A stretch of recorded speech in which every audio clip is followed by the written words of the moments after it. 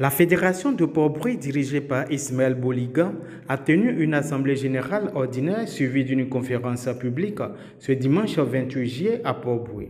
En première partie, les différents responsables des structures de base ont fait le point du recensement des nouveaux majeurs, militants et sympathisants ayant des soucis pour des documents administratifs. 832 dossiers ont été déjà recueillis et officiellement remis aux premiers responsables. La seconde partie de l'Assemblée générale est réservée à la conférence publique animée par le vice-président exécutif Awa Domelo. Le retour de la gauche au pouvoir autour du président Laurent Gbagbo en 2025 est le thème de la conférence. En présence de la vice-présidente exécutive Agnès Monet, en charge du district d'Abidjan, et du secrétaire général adjoint Navigué Konaté, en charge de Port-Brouille et Koumassi, le conférencier a d'entrée commenté l'appel de Benoît initié par le président Laurent Gbagbo. Pour lui, cet appel est d'une importance capitale pour atteindre la démocratie après le multipartisme en 1990. Multipartisme qui en réalité n'est pas la démocratie. Cette lutte pour la démocratie commence nécessairement par la mise en place d'une commission électorale indépendante consensuelle selon le conférencier. C'est pourquoi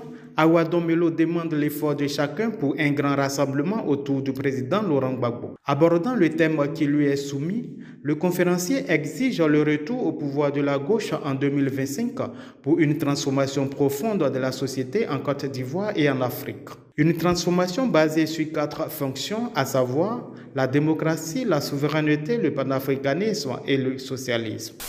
Mais lorsqu'on dit la gauche au pouvoir, il faut donner un contenu au mot gauche pour qu'on utilise le même mot, mais qu'on y mette le même contenu. Parce que le terme gauche est un terme fourre-tout où on peut mettre tout dedans.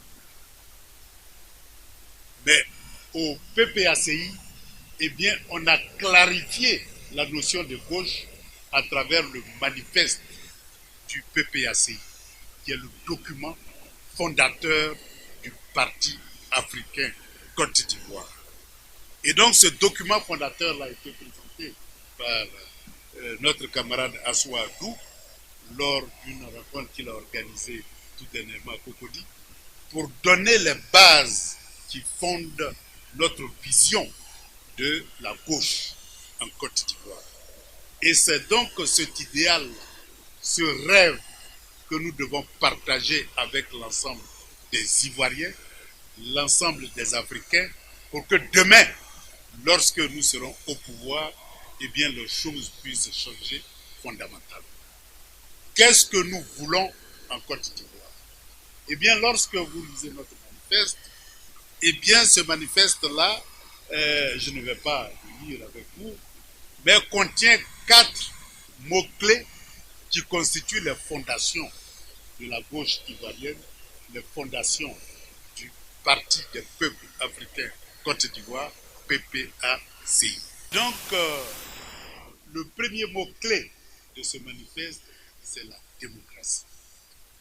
Vous savez, lorsqu'on a pris le pouvoir en 2000, le slogan du président Laurent Gbagbo, candidat d'abord, c'était « Remettez-moi le pouvoir pour que je vous rende ». Et il a effectivement rendu le pouvoir au peuple en optant pour une décentralisation de la vie politique en Côte d'Ivoire.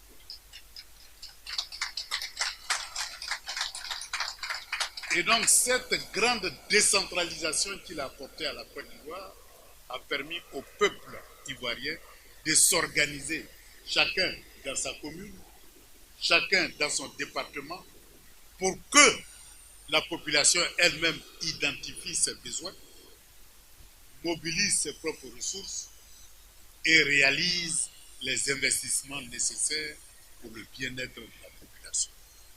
C'est l'un des piliers de la démocratie. Mais l'autre pilier de la démocratie, c'est que Laurent Gbagbo n'a pas voulu tout simplement prendre le pouvoir pour les seuls militants du Front populaire ivoirien, mais il a voulu rassembler toutes les compétences qui sont capables d'apporter le développement à la Côte d'Ivoire et en lieu et place de choisir souvent sur des bases purement artificielle les grands responsables de l'État, il a fait appel à candidature. Et les meilleurs fils de la Côte d'Ivoire ont été appelés pour diriger les structures essentielles de l'État de Côte d'Ivoire. C'est ce qui a permis à Laurent Gbagbo de mettre en place ce qu'on appelait le budget sécurisé.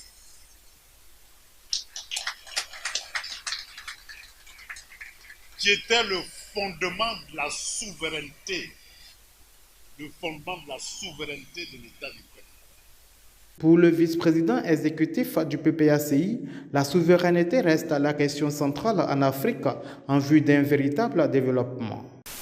Et donc, si nous voulons que la Côte d'Ivoire se développe bien, lorsqu'on dit qu'il faut le retour de la gauche au pouvoir, c'est pour qu'on ait un État démocratique. C'est-à-dire un État qui sait reconnaître et donner du travail à ses propres compétences. Nous voulons un État souverain qui pense d'abord aux intérêts des entreprises ivoiriennes, de la jeunesse ivoirienne et de la création de l'emploi pour les Ivoiriens. Et donc cette souveraineté-là permet de garantir l'intérêt des Ivoiriens et au-delà de l'intérêt des Ivoiriens, l'intérêt de tous ceux qui travaillent dans le sens du développement de la Côte d'Ivoire. Et lorsque nous parlons de souveraineté, il faut une souveraineté qui ne soit plus l'affaire des seuls gouvernants, mais l'affaire du peuple tout entier, qui unit en un seul bloc, met fin à toute forme de domination étrangère. Et la mise à mort de toute forme de domination étrangère, je dirais même de domination occidentale, passe par nous débarrasser d'abord de la vie.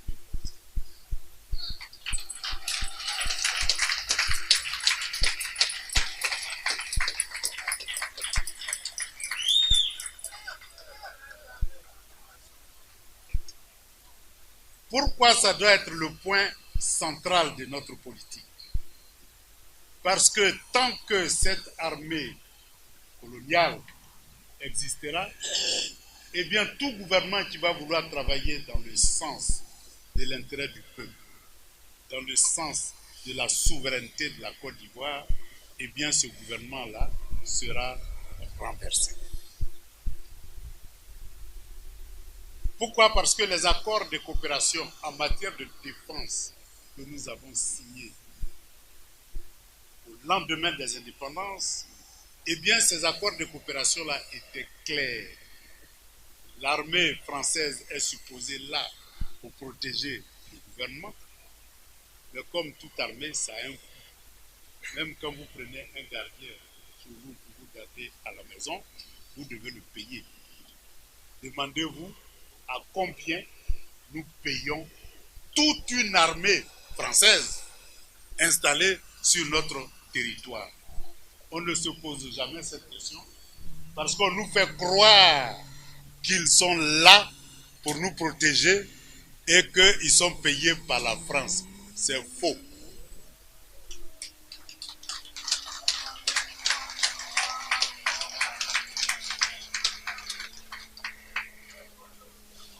Les accords de coopération que nous avons signés avaient une contrepartie économique et financière qui permet de financer la présence de cette armée en Côte d'Ivoire. Et quelle est la contrepartie? C'est ce qu'on appelle les annexes des accords de coopération qui n'ont pas été rendus publics parce que personne n'a voté publiquement cet accord-là. C'est un accord purement secret et les annexes étaient des documents secrets. Aujourd'hui, nous allons dire un mot de ces annexes de la coopération.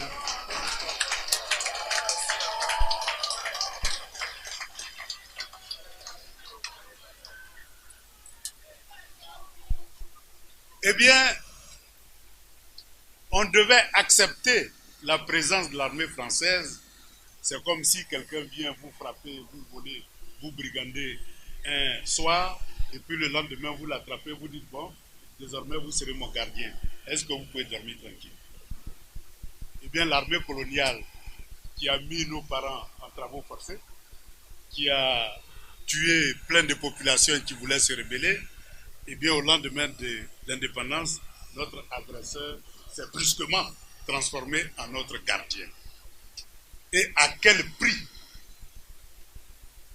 Eh bien, en contrepartie de l'accord de coopération militaire, tout ce qui était dans notre sous-sol, tout ce qui est dans notre sous-sol, le pétrole, le gaz, l'or, le fer, le diamant, etc., l'uranium, tous ces produits-là sont destinés en priorité à la France.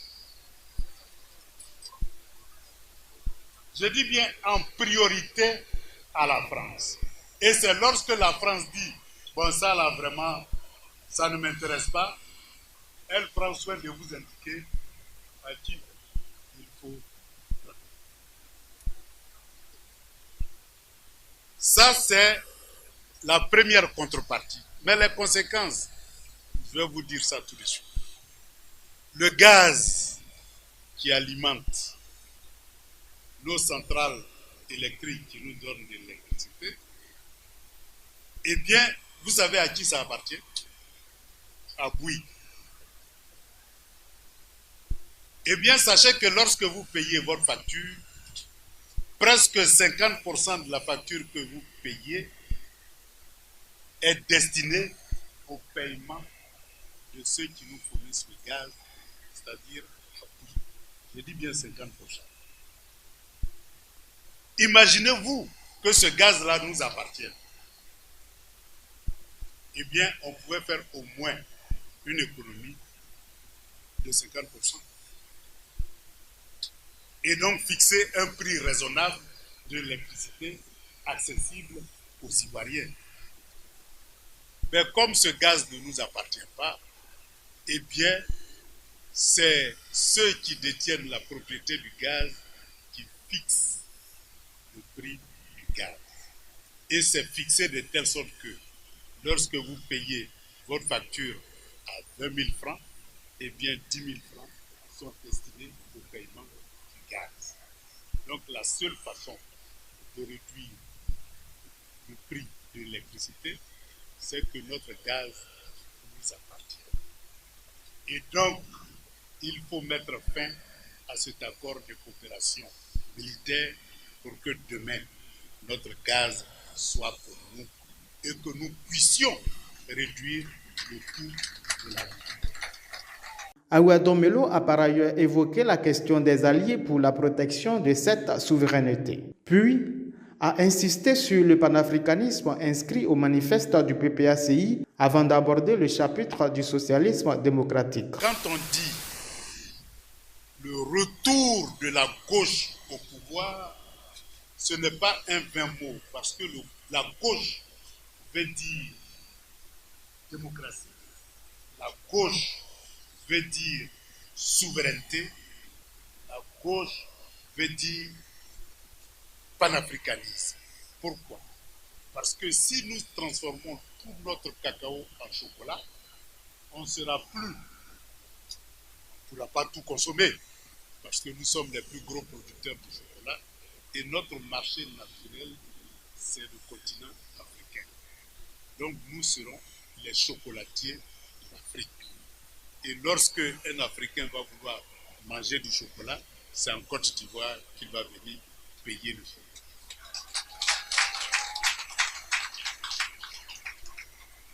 Et donc, le panafricanisme, c'est pour que chaque industrie que nous allons créer en Côte d'Ivoire ne soit pas seulement là pour produire pour les Ivoiriens, mais produise en même temps pour les Ivoiriens, et pour que l'usine grandisse et ait une taille suffisante pour employer beaucoup d'Ivoiriens, il faut un marché plus vaste.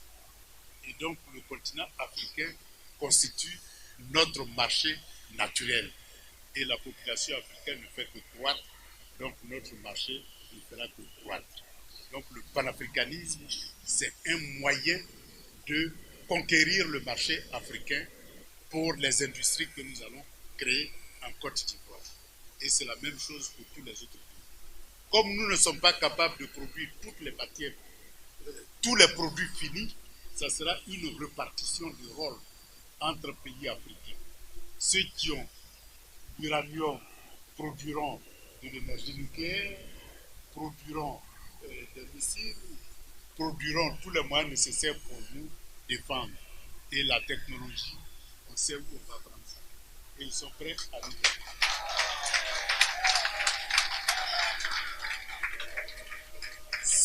Ceux qui ont le fer, la bauxite et tout vont transformer la bauxite en tout ce que nous voyons là, tous les tôles que nous voyons, tous les emballages que nous avons qui sont en métal, même tous nos véhicules que nous avons qui sont en métal, et bien toutes ces pièces détachées là seront produites par d'autres pays africains et seront accessibles à tous les pays africains. Voilà le sens profond du panafricanisme. C'est une répartition des rôles entre pays africains pour que demain, nous soyons capables de produire en Afrique tout ce que nous importons et que nous soyons capables de transformer en Afrique tout ce que nous avons l'habitude d'exporter d'une manière. Et donc, voilà un peu le sens profond du panafricanisme qui constitue le dernier pilier, la dernière fondation de notre manifeste, c'est-à-dire le manifeste du Parti des peuples africains de Côte d'Ivoire. Pour finir, le conférencier appelle les Ivoiriens et les Africains à unir leurs forces pour redonner le pouvoir au président Laurent Gbagbo en 2025 afin d'achever le vaste chantier qu'il a débuté avec le regretté guide Mouammar Kadhafi.